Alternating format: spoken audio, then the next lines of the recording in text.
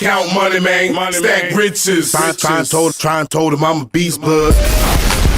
What's up, gang? Welcome to the Grindcast. Simon Arias here. Get ready, it's a new day.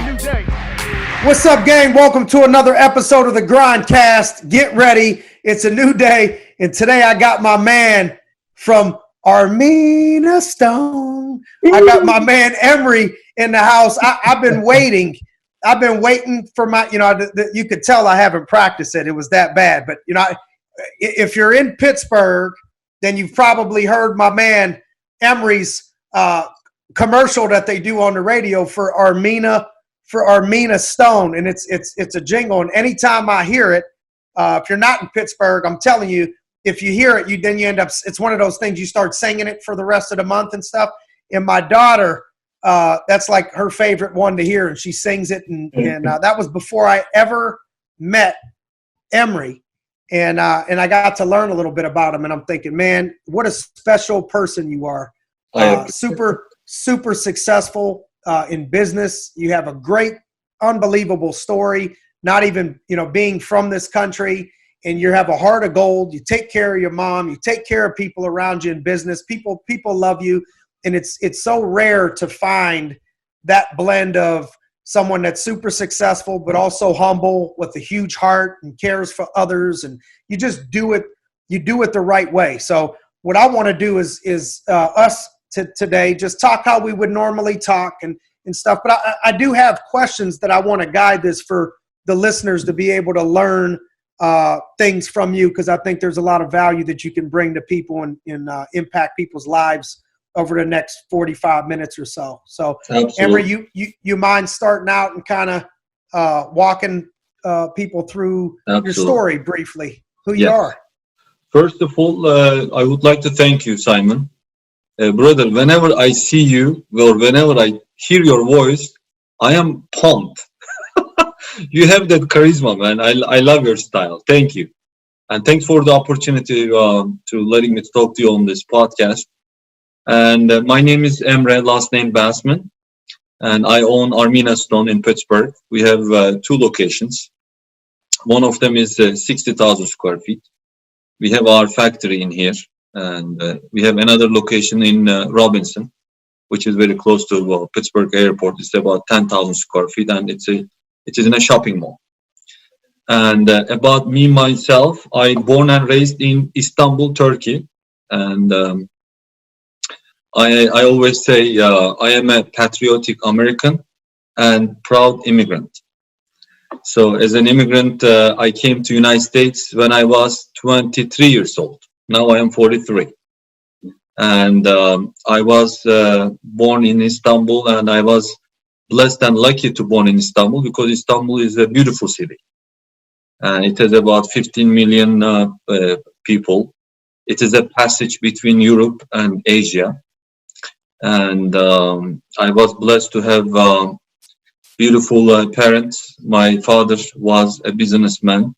My mom, highly educated, but she decided to take care of me and my brother after we born. And she's an artist, she's a painter. And when I was in Istanbul, my dad sent me to private schools.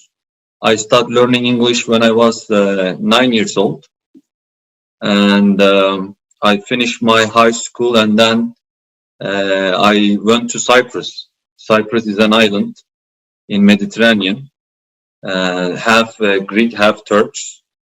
And I finished my undergrad degree in international relations in Cyprus. And then after that, I decided to come to United States for my MBA in Washington, D.C. And I finished my MBA, and I had two options. I was either going to go back or I was going to stay. And I decided to stay with my dad's guidance. He advised me to stay. And he said that, son, learn your business, and then I will help you to start initial capital, and then you take it from there. And I worked for a company for about 4 years, the same business that I do right now. And I learned all the details, because in business life, as you well know, money is important, but more important than money, this is my personal opinion, not everybody may agree on that, is know-how. Because money comes and goes. Money, you can always make money, but that knowledge, that know-how, that experience is extremely important.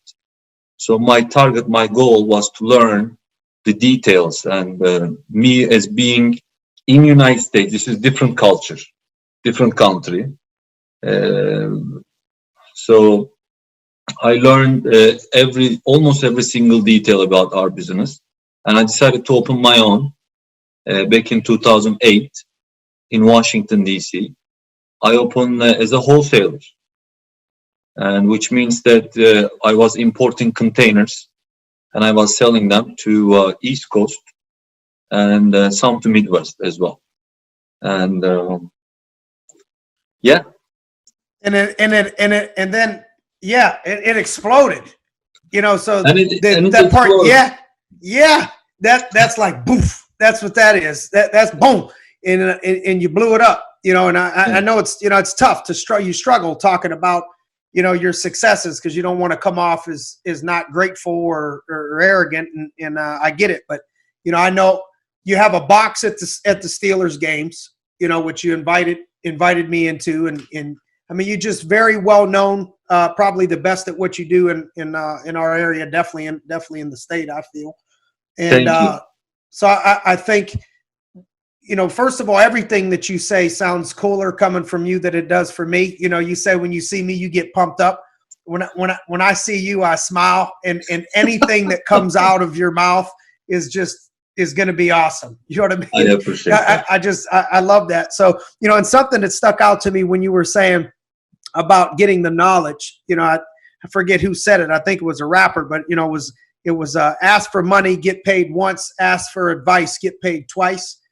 And that's how you really ended up doing, you know. So if I can ask for your advice, you know, for others, you know, how, you know, you talked about I'm a proud patriot, you know, American patriot, but also I'm proud to be an immigrant, you know, something along those lines. You know, that I just did a video on the immigrant mentality, you know what I mean? Of all the one thing that I admire, and everybody really, when you think about it in America at some point was an immigrant, you know, their family was, everybody kind of migrated here. And, you know, when you look at it, you know, nowadays, and I mean, I got friends that fought for this country, and, you know, I got people that did a lot to give us the opportunities that we have. So I don't knock it. I don't say it to be disrespectful to the country that I love. I love this country. We're blessed to be in this country. But I'd be lying if I didn't say that not all. There's a lot of people got great work ethics here. But there's a lot of people that I've seen that are immigrants first generation right now to this country, like yourself, or second generation, you know, to this country. Parents were immigrants, came here for a different opportunity, and they've been able to seize the opportunity, you know, not just see the opportunity, but seize the opportunity when it's not a country that they were born in. They didn't really have a head start in that country. You don't even speak that language perfectly, and you start there and then you explode something. So what things do you think you've got in you to make something like that happen? I always wanted to be different. If you try to be like everyone else, you're a follower. I always wanted to be different. That's why I picked to stay in the United States after my MBA. Because United States is the strongest country economically, military, whatever you name it, in every aspect. United States has about $19 trillion GDP. The entire Europe, including Germany, Italy, Spain, is less than that. And United States is the biggest window that opens the entire world. I mean, if you look at Elon Musk, he's trying to take people to Mars. He's not living in other countries, he's trying to do that in the United States, and he's not from the United States. He's an immigrant as well. And when you have the opportunities the way that you have in the United States, your future is very bright. So everybody in United States is very blessed. The people born in United States are more blessed than people who did not born in the United States.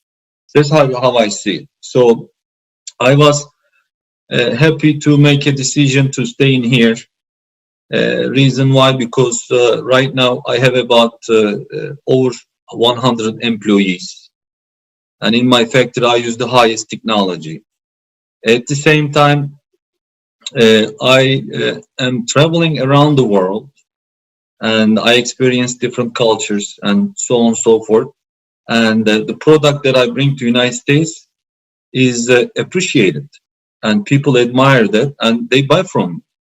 And we keep growing, and we keep helping people.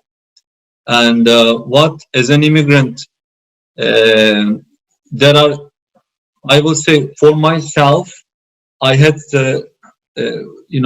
mostly advantages than more than disadvantages, because when I was little, I used to go to summer schools to London for my education, and I always had that European background in me.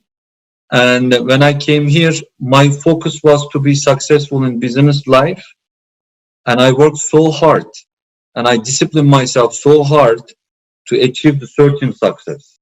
Because as I indicated, I did not want to be like everyone else. I wanted to differentiate myself. Let me ask you something. So when you say I work so hard and I discipline myself, that's and you talk about, I wanted to not be like everybody else. And so I preach a lot so many times that, if you want to get something that you've never got before, you got to do something that you've never done before. And the problem with that is when you're trying to pursue greatness and excellence, it's usually different than what everybody else is doing. So you look like the outcast, or you look like you're weird, but you didn't want to do what everybody else was doing, because you'll get what everybody else got. So what is that when you say I discipline myself? How so? When you say I work really hard, what does that mean? Work hard? Because people think they work hard. How would you really explain working hard and what that took for you to get to where you are? First of all, if you are talking about early ages, early 20s, you need to finish your college. But you don't go to college to have a piece of paper. You go to college to have knowledge. That knowledge will help you significantly to be successful. That doesn't mean that if you don't finish the college, you are not going to be successful. There are many, many successful businessmen who hasn't finished the college, but they succeeded big time. But college helped us, for sure. And after I finished, I've been thinking about what should I do to help me to be successful in life. And there are many, many different products. There are many, many different things that you can do. So I wanted to do something that is related with import and export. And I always wanted to travel and meet with different people, different cultures. So I decided to go into marble and granite business, because it is mining. You travel to different quarries around the world, and you meet with different cultures from India, from Brazil, from Italy, from Spain, and so on and so forth. So dealing with different people, different cultures, helped me to improve myself. Because if you are able to deal with all different kind of languages and all different kind of cultures, you are trying to balance that relationship between different cultures, and for one good goal. What is that good goal? You are trying to find the right product in a right price. When you bring it back, you will be able to sell it. As you know, there is a saying, they say, you make money not when you sell, you make money when you buy. So I was going at top of the mountains, in the quarries, dealing with different kind of people, trying to find the right product, to put it in the container and bring it here, put it in my warehouse and do marketing and sell. So, and I enjoy doing that. I still enjoy a lot. And when I came to Pittsburgh 5 years ago, I opened as a wholesaler. Back in Washington, D.C., I was in a wholesale business, which means that I import and wholesale. But I decided to change my business from being a wholesaler to a manufacturer. It was a very challenging decision at that time for me. But I, studied my homework for Pittsburgh. I invested in here. And after that, we grew big time because we became customers, to vendor to Home Depot, to IKEA, to top home builders, top general contractors. And people admired what we are doing because, as I indicated, we have different products in our warehouses and we have the best service with our team and with our technology. And I always believed in technology because the business that I do is engineering. We laser template, we fabricate with CNCs and water jets, and we use special techniques related with technology during installation process. So every single aspect that is involved in my business, I learned when I was early 20s to be able to have that know-how and discipline myself with hard working. So that know-how, my willingness in me to learn, brought me to this to learn everything. Willingness to learn early, all the details, top to bottom. That's key. A lot of people just want to skip to the top instead of learning all the things that you really need to know. So then you talk about the hard work. Can you summarize what you mean by hard work? What is hard work to you? First of all, you will never let the sun rise on you. You will always wake up before the sunrise. That's the first priority. Second of all, thank you. Second of all, you will find the right product and you will make sure that you are buying from the right source and you are going to find the right people to sell it. And in between, you will put the right team together. So your leadership, your sales skills, your purchasing skills, everything is in that hard working. And there are many, many different aspects in it. And it is not easy. And you need to make sure that everything goes as perfect as possible because one small mistake may put things upside down. So many, many sleepless nights, many thinking, you are not by yourself because you cannot do everything by yourself. You have to have your team players and you need to motivate them and you need to make them to believe in you. If you cannot make them believe in you, they will not first work as hard.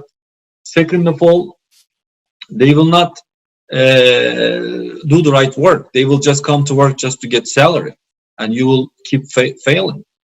So you need to cheer up and pump up everybody that works with you and take it from there. That's my hardworking I love it. Why do you think people, quit, give up, or fail in not just in your industry or business, but just in the pursuit of excellence in general? A lot of people that start don't finish. Why would you say, or what have you seen that stops these people from going to where they want to go, from that perspective? Work ethic. They want to be rich and they don't want to work too much. They want to earn easy money. It doesn't work that way. To be a successful businessman, it is painful and it will be painful. At the same time, you will enjoy doing that. That struggle, that hardship will improve you, and then you will catch the success and you will maintain the success. Catching the success, for example, Simon, when you make $50,000-$60,000, different life. When you make $500,000, different life. $1 million, different life.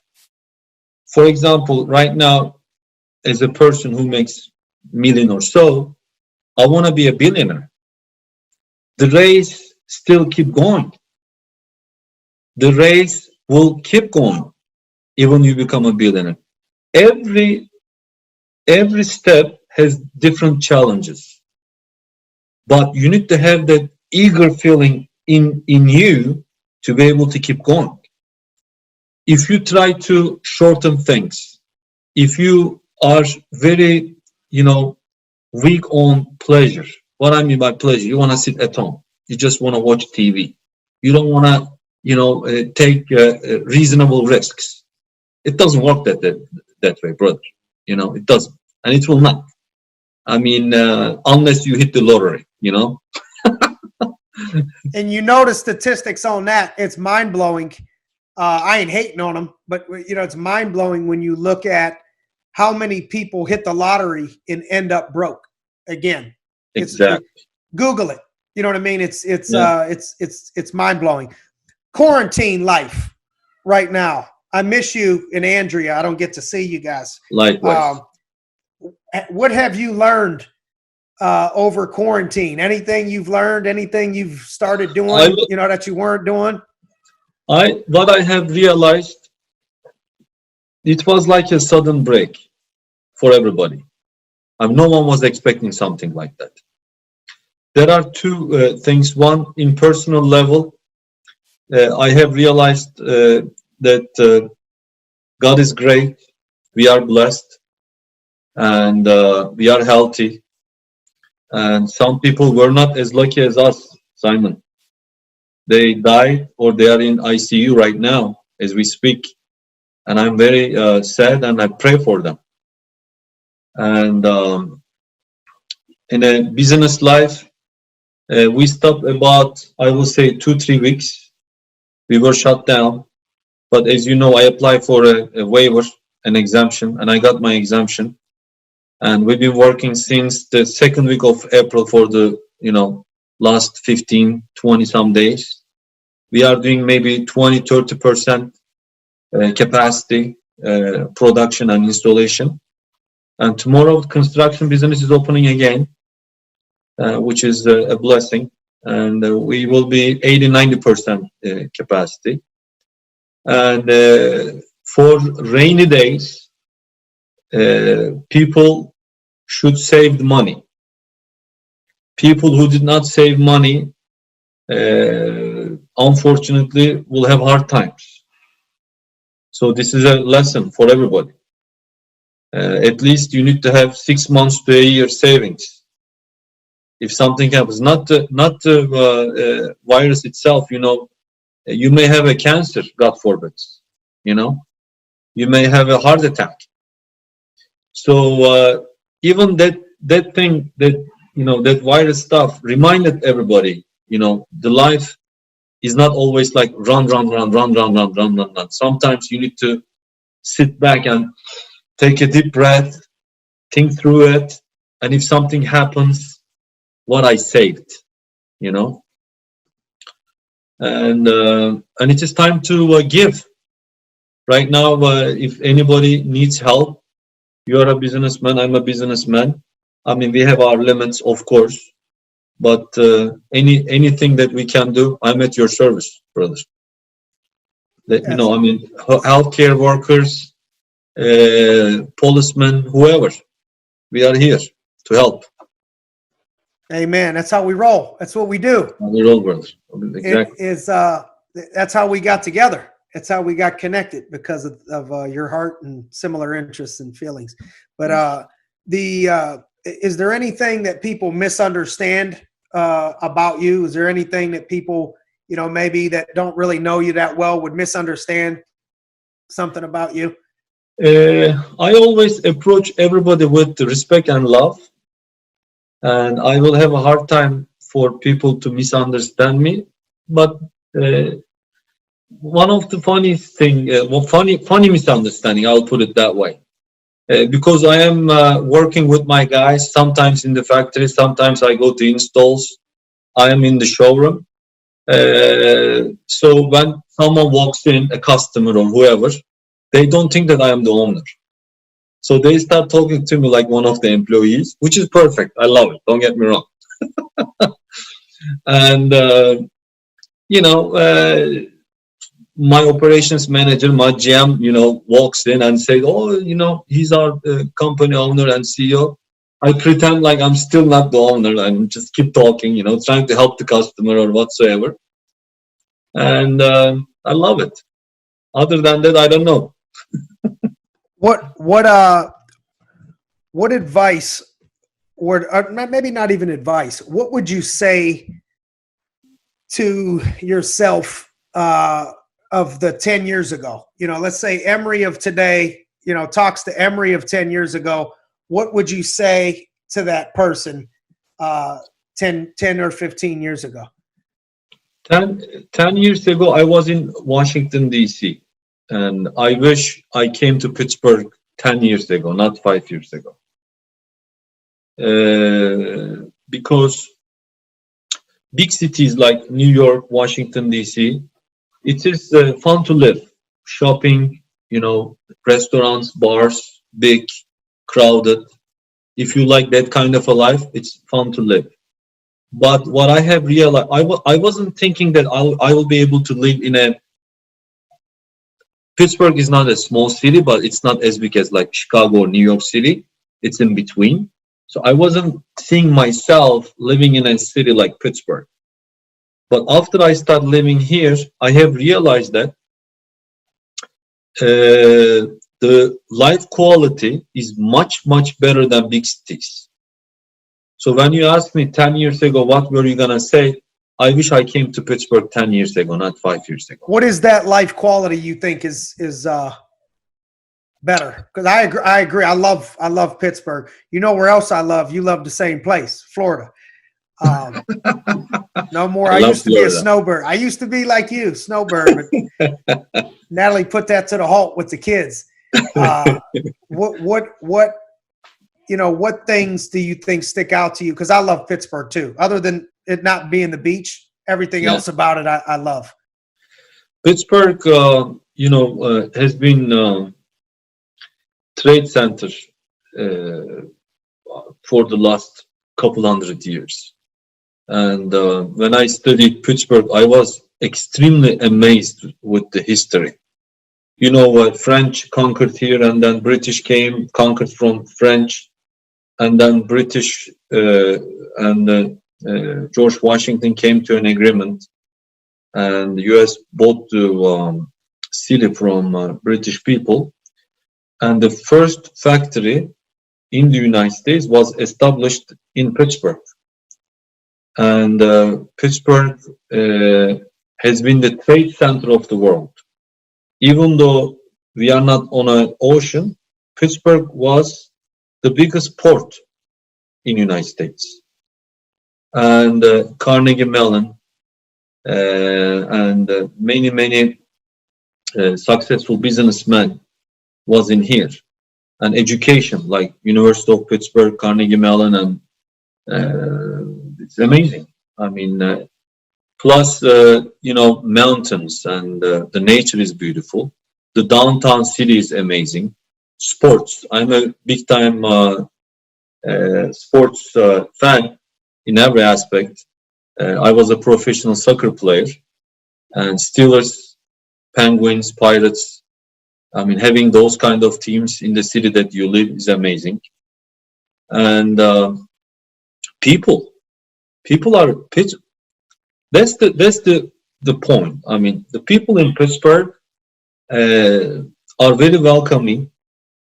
They are hospitable, and if you are working hard and they see that you are trying, they will help you. And Pittsburgh lost its popularity when steel business went to China, and it did not bankrupt, but kind of like bankrupt. The transition from being a steel city to IT, technology, finance, oil and gas is tremendous. And back in 2009, when President Obama did the G.R.I.N.D in Pittsburgh, it caught my eye. I said to myself, why not in Miami? I mean, why not in Chicago? Why big G20 is in Pittsburgh? And he made a speech about that. He said Pittsburgh is one of the best cities in the world as a role model to other cities, from being a totally different industry to a newer industries. I mean, Uber has a center in here. They are testing, cars without drivers. Google has about almost 10,000 employees. They are doing some significant researches here. Amazon, has many warehouses in here. It's tremendous. The potential in Pittsburgh is amazing. Man, so you like it here, huh? I love it. I love it. That's love. That's love right there. I don't know if I ask people say something good about me, if I'd have all those. That is great. What are your, as we wrap it up, what people getting to know you? What you mentioned sports. What type of things interest you outside of your business life, and anything outside of that you have interest in? As I mentioned, sports. I am a big fan of Steelers. I go to hockey games. I am not into very much baseball, but sometimes, couple times, I go to baseball games. And of course, I watch soccer games all the time on TV from Europe mostly. And we have a soccer team in Pittsburgh. I don't know if you heard about them, Rivers Hound. And I go to their games sometimes. I am into traveling. I love traveling. I love going to Italy, Spain, and Germany, and Brazil, and Mexico. I love traveling. And, we have a summer house in Florida. Florida is our second destination. I love being there. I mean, being on the beach and, warm weather during winter time is a blessing thing. And in addition to that, I love fast cars, fast boats, and reading, watching movie. I love. Yeah. Love it. Love it. When you were talking about the Pittsburgh thing, how much you like Pittsburgh, I think I got lucky that way. When personally, when I opened up my business here, I had no idea how good of a pick that I made to come to Pittsburgh, because I'm not from Pittsburgh. I think I've been here for going on about 12 years right now. And I've had the same feelings. And, I mentioned I was spending time in Florida, spending time in Pittsburgh. I did that for about 5 years, 6 months there, 6 months here.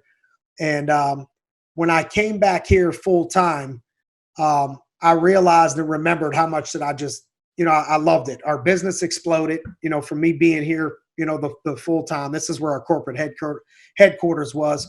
And, the sporting life, like you were talking about, just sports constantly, great downtown, always something going on, something to do, great people, all the same vibe. And I know those are a lot of the people that you serve. Anybody that would want to get a hold of you, or anybody that would want to either seek out your business, maybe they need your products, some stone, some marble, some granite, or just people that want to follow you in general, how would people follow you or get in touch with you? Armina Stone has a very strong existence in social media.